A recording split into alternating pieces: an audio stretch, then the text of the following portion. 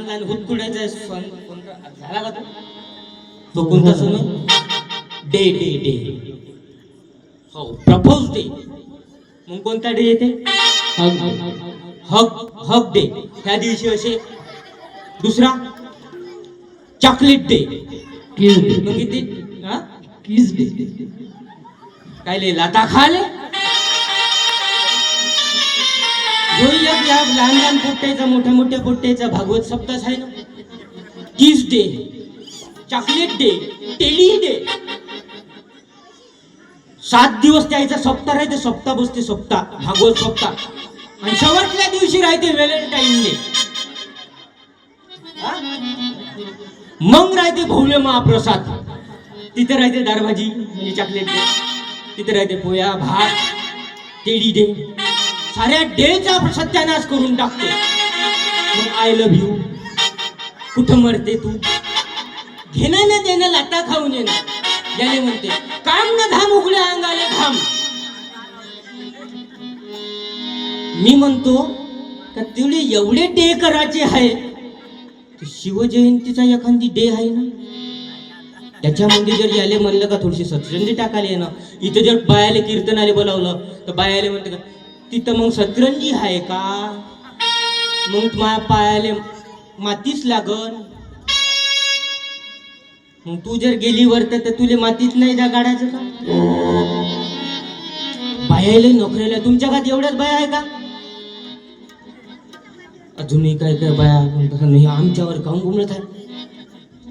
मी एका ठिकाणी कार्यक्रमाला गेलो आणि 3च बाया होत्या तिथं. 3च बाया. कीर्तन सुरू केलं 1.5-2 तास कीर्तन झालं.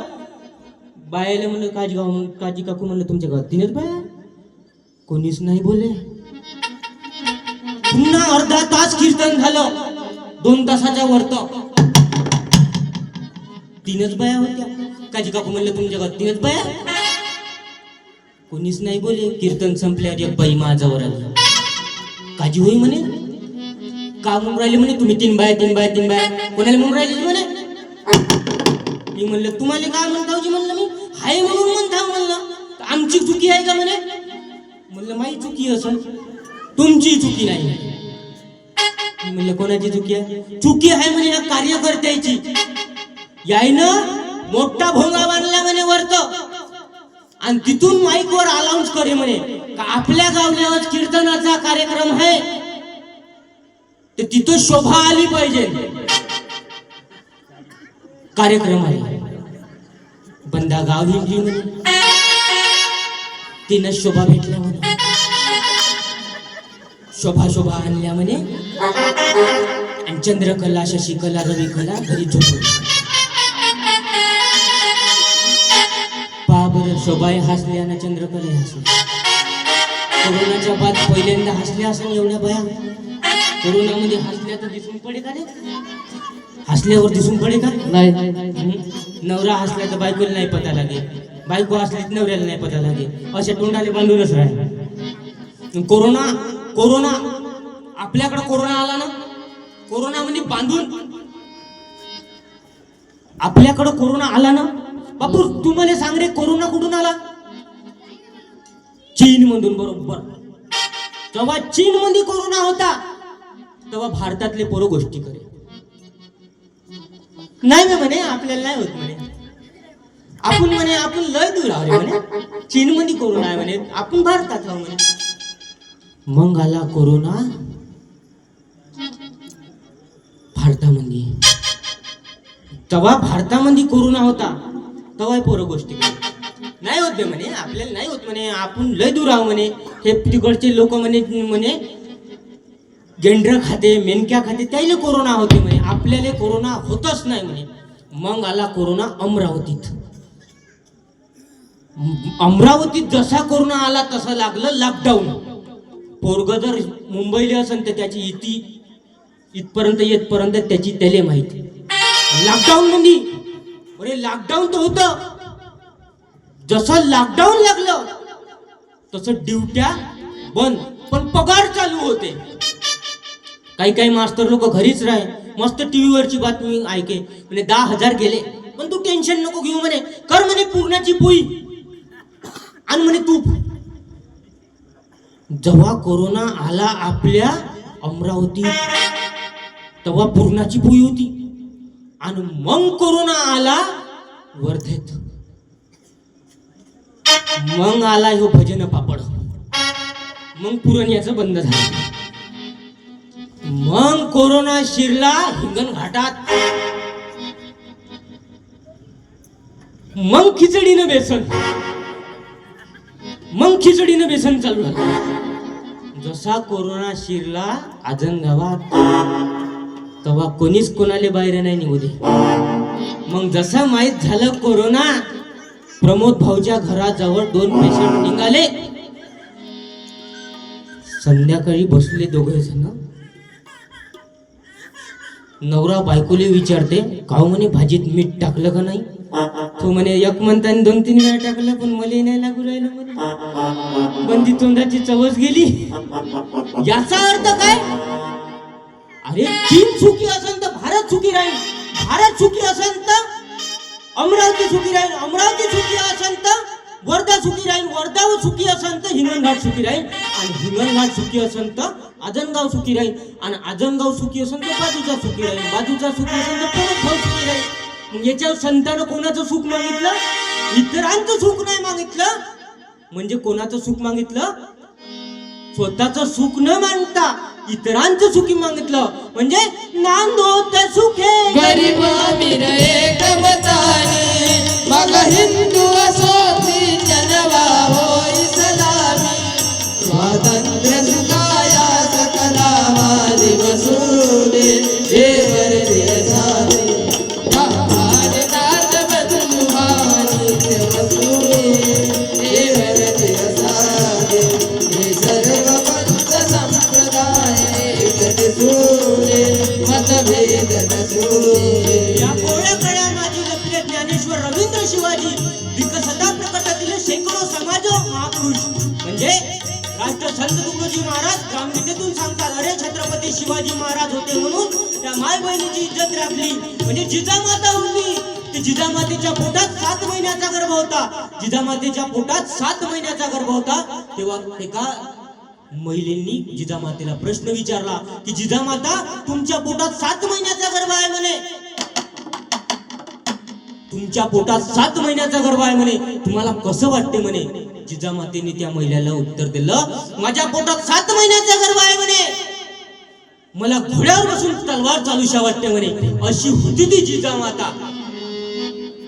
आणि तशीच एक घरापाशी एक बाई होती, तिच्याही पोटात 6-7 महिन्याचा गर्भ होता. मी म्हणलं बाई, म्हणलं बापू, म्हणलं तुमच्याही पोटात 6-7 महिन्याचा गर्भ आहे, तुम्हाला कसं वाटते? म्हणलं महाराज म्हणे म्हणे माती खाऊशा वाटते. अशी माती खाऊ आवल्या जन्माला येऊन राहिले म्हणून आपले पोटे भीतीचा चुना काढू काढू तंबाखू घोटून खाऊन राहिले. म्हणजे चांगला विचार ऐकणार नाही. डायरेक्ट पोरं आवाज, छत्रपती शिवाजी महाराज की, आई वडिलांची सेवा करायची, लग्नापर्यंत बरोबर हो म्हणणार आहे. हे पुस्तक घेऊन जा बापू. ये रे, ये बापू, ये बापू, ये ना. त्याच्या 7-12 बोट घालते. आता तू घेऊन जा, तू योजना भेटत आहे तर तुझा फॉर्म निघाला ना. ये ये ये ये ये बापू, ये तू ये ना, ये नहीं तो नहीं हिंदी तो ये वाह. आओ बच्चों तुम्हें दिखाए जाके हिंदुस्तान की, किस मिट्टी से तिलक रोए नन्हे बलिदान की. वंदे मातरम, वंदे मातरम, वंदे मातरम, वंदे मातरम.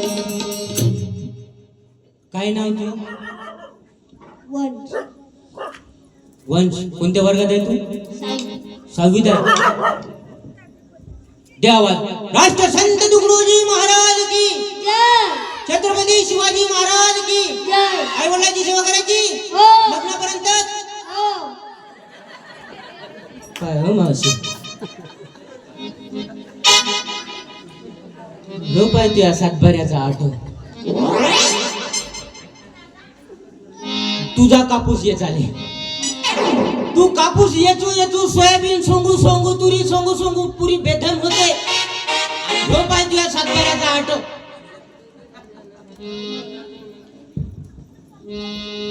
माईक वरत घे.